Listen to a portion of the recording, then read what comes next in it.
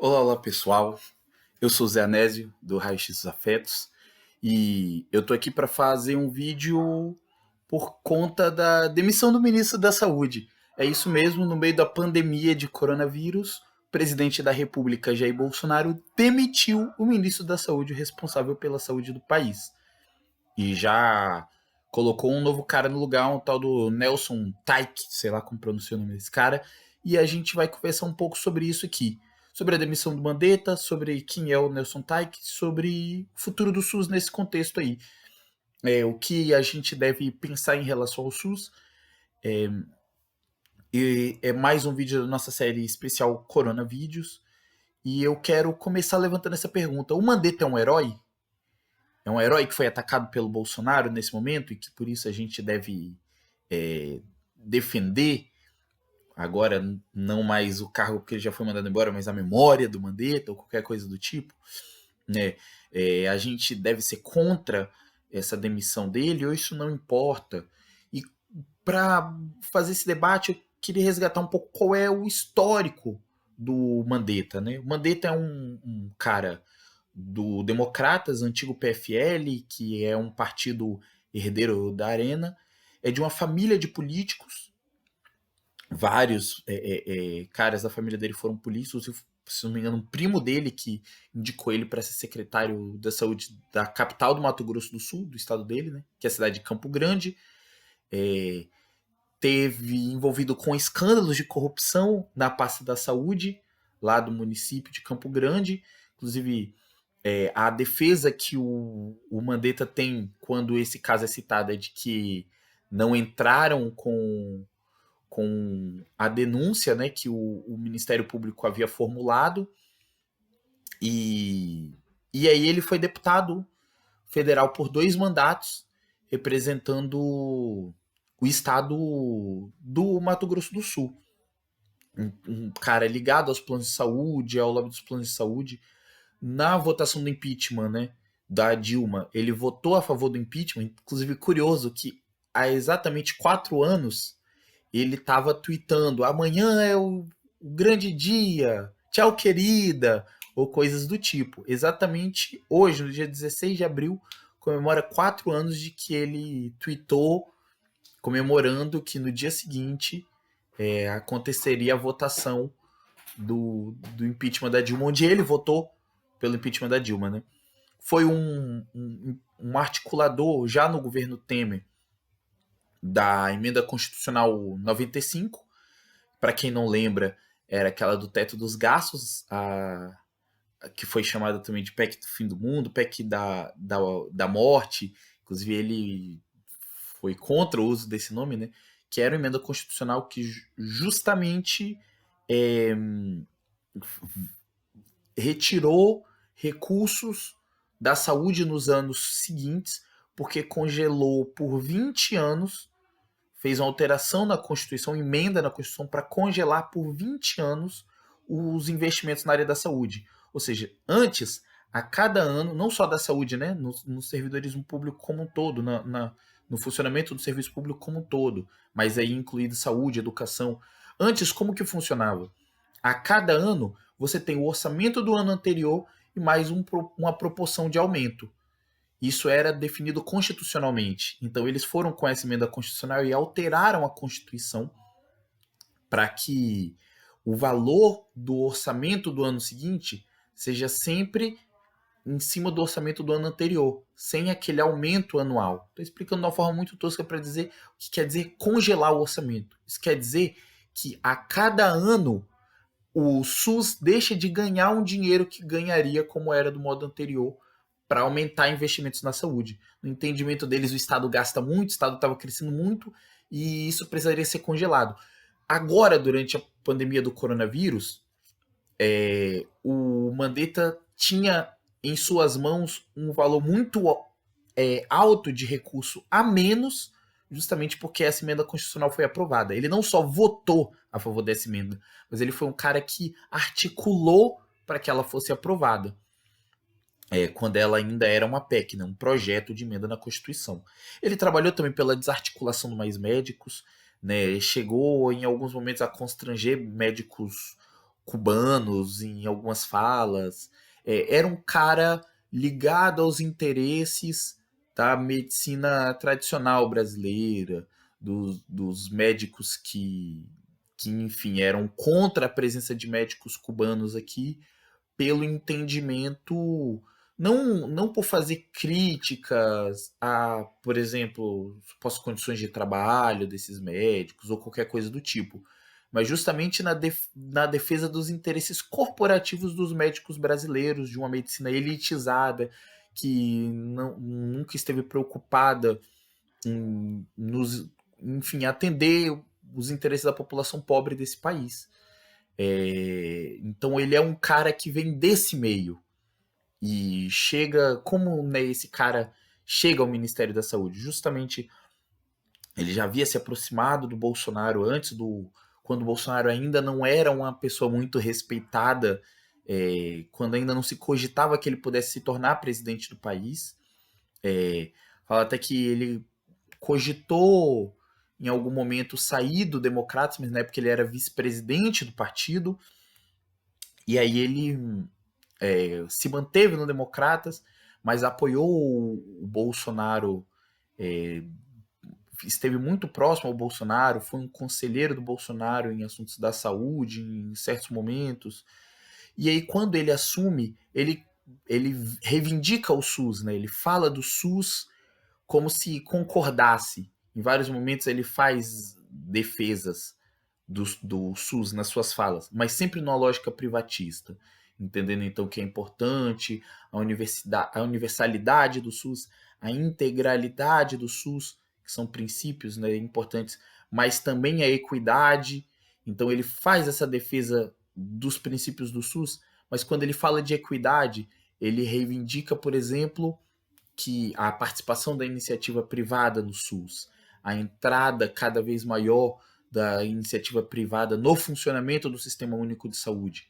Então ele defende esse sistema de saúde público, mas ele defende medidas privatizantes, uma lógica privatista para o Sistema Único de Saúde.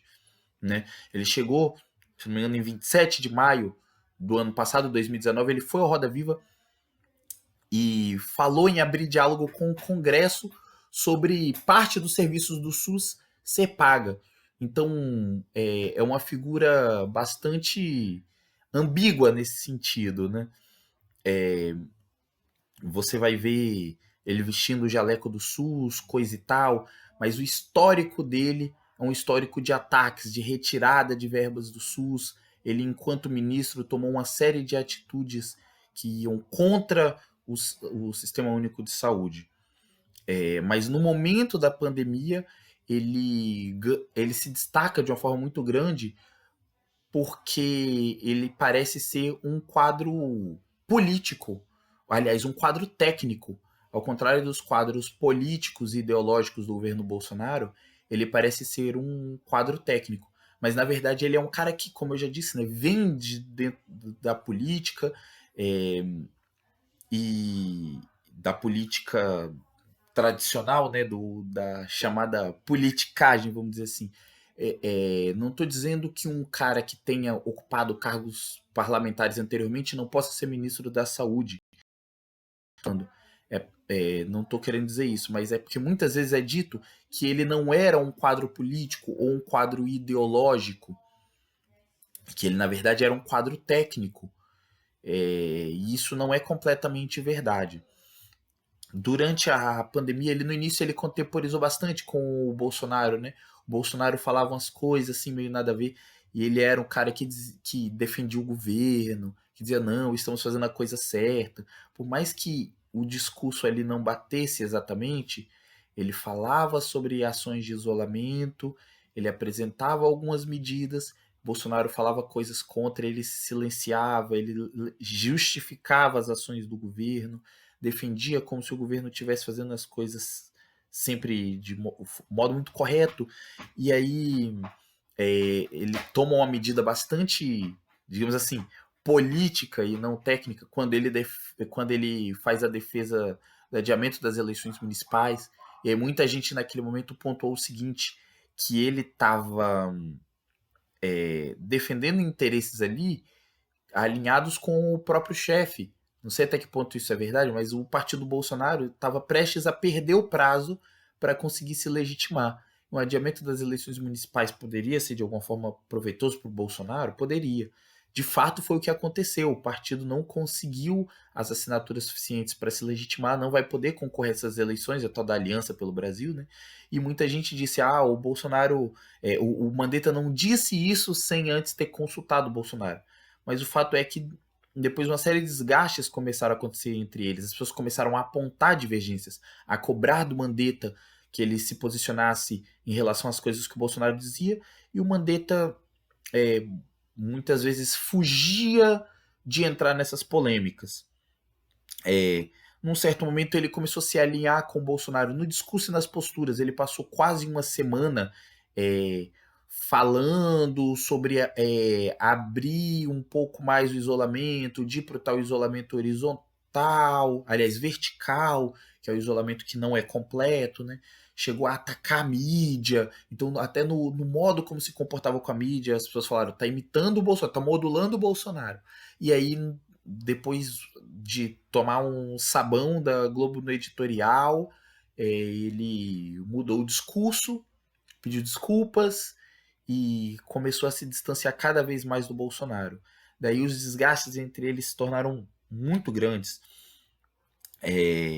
Ele começou a fazer confrontos com o Bolsonaro muito seguindo uma linha, uma orientação do partido dele, do Democratas, porque ele começa a ter um crescimento de popularidade, as pessoas começam a fazer essa comparação, e o Democratas viu que isso era uma possibilidade de construir o nome de um presidenciável, né? No final das contas, ele cavou a demissão dele, né?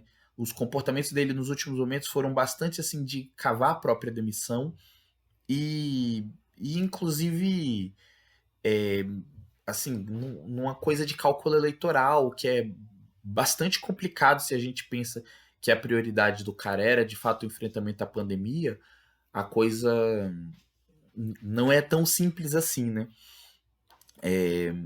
Agora eu queria falar um pouquinho sobre o Nelson Tait, mas antes eu queria pedir para vocês aí para se inscreverem no canal, ativarem as notificações, curtirem aí o vídeo, deixarem um comentário do que vocês têm a dizer sobre o assunto, do que vocês acham, se concordam com o que eu estou falando ou se discordam, por favor, deixe a opinião de vocês e também compartilhar o conteúdo aí com mais pessoas para a nossa mensagem, para a mensagem do canal, para o nosso trabalho chegar a mais pessoas. Sobre o Nelson Teich, eu acho que é assim que pronuncia, né? Ele participou da formulação do programa eleitoral do Bolsonaro na área da saúde. Era um cara cotado para o Ministério da Saúde. Só que o Ronaldo Caiado, democrático, que é governador do estado de Goiás hoje, conseguiu emplacar o Mandetta no Ministério da Saúde. Ironias do destino, né? E aí é importante enaltecer esse elemento, voltando no Mandetta aqui, antes de prosseguir falando do Tais, é que o Caiado foi o primeiro governador a romper completamente as relações com o Bolsonaro nesse processo todo aí, né, da crise da pandemia. É um ex-aliado, o Caiado é aquele cara que subiu no carro de som num protesto no dia 15 de março e foi vaiado porque defendeu o isolamento, é um médico também, então é um cara do Democratas e médico, e teve por trás da indicação do Mandetta. Eu acho que é importante colocar esses pingos nos is para a gente saber de onde vem esse cara que muita gente estava tratando aí como um herói, como salvador do país. O Nelson Teich, surpreendentemente, ele é um cara a favor do isolamento horizontal, quer dizer, ele tinha uma leitura de que o Bolsonaro não estava correto no que ele vinha defendendo quando falava de isolamento vertical, de isolar apenas o grupo de risco e de o país voltar à normalidade. Ele dizia: olha, a gente não sabe exatamente o que está acontecendo, então o ideal seria que a gente mantivesse o isolamento horizontal até que a gente consiga entender isso melhor, ainda mais porque o grupo, o chamado assintomático, ele pode transmitir o vírus mesmo não manifestando sintoma, então ele pode muitas vezes participar da transmissão do vírus, tá vivendo o dia a dia dele ali normalmente, chega em casa e traz o vírus para os parentes que estão isolados no isolamento vertical. E aí a gente pensa, isso quer dizer que então a gente vai ter um cara que, assim como o Mandetta, vai fazer ali o básico, o mínimo esperado, enquanto quadro técnico pelo SUS? Não dá para dizer ainda, né? A gente ainda não tem como saber os impactos, mas provavelmente piora, porque é um cara que tá na rédea do Bolsonaro. Por mais que ele antes antes de assumir, tivesse manifestado opiniões diferentes do Bolsonaro nesse assunto, no discurso de posse hoje, Bolsonaro falou nítida e abertamente sobre começar a afrouxar o isolamento no Brasil, e ele fez uma fala dizendo que vai seguir uma linha harmônica com o governo, não apresentou nenhuma diferença, não temos motivo para esperar que ele é um cara que vá necessariamente manter a política de isolamento horizontal, mas ele disse que mudanças bruscas não vão ser feitas de uma hora para outra com a entrada dele. Vamos ver o que vai acontecer. O que é fundamental é que nós defendamos o SUS, independente de heróis, que nós entendamos que o Sistema Único de Saúde, com suas qualidades e seus defeitos, é um patrimônio do povo brasileiro, que nós estaríamos numa situação muito pior se não tivesse o SUS, que todos esses caras, desde o Nelson Teich até o Bolsonaro, sempre foram inimigos desse projeto do Sistema Único de Saúde. Por mais que eles usem o nome do SUS, sempre foram contrários. Os motivos da demissão do Mandetta são motivos sórdidos. Acho que eles aumentam a necessidade da gente exigir a saída do Bolsonaro, mas a gente não pode tratar o Mandetta como um herói. Acho que a gente tem que ver o que vai acontecer com a entrada desse Nelson Teich. Fico de orelha em pé, como já ficava antes com o Mandetta. Eu quero ouvir aí de vocês, o que vocês acham disso tudo, o que vocês acham do período que o Mandetta teve à frente do Ministério da Saúde, da saída dele, da entrada desse Nelson Teich. O que vocês acham que a gente tem que esperar aí dos próximos capítulos dessa novela? Queria ouvir a opinião de vocês, por favor, deixem nos comentários. Além de, obviamente, né, se inscrever no canal, ativar as notificações, curtir o vídeo aí, compartilhar o conteúdo com mais pessoas.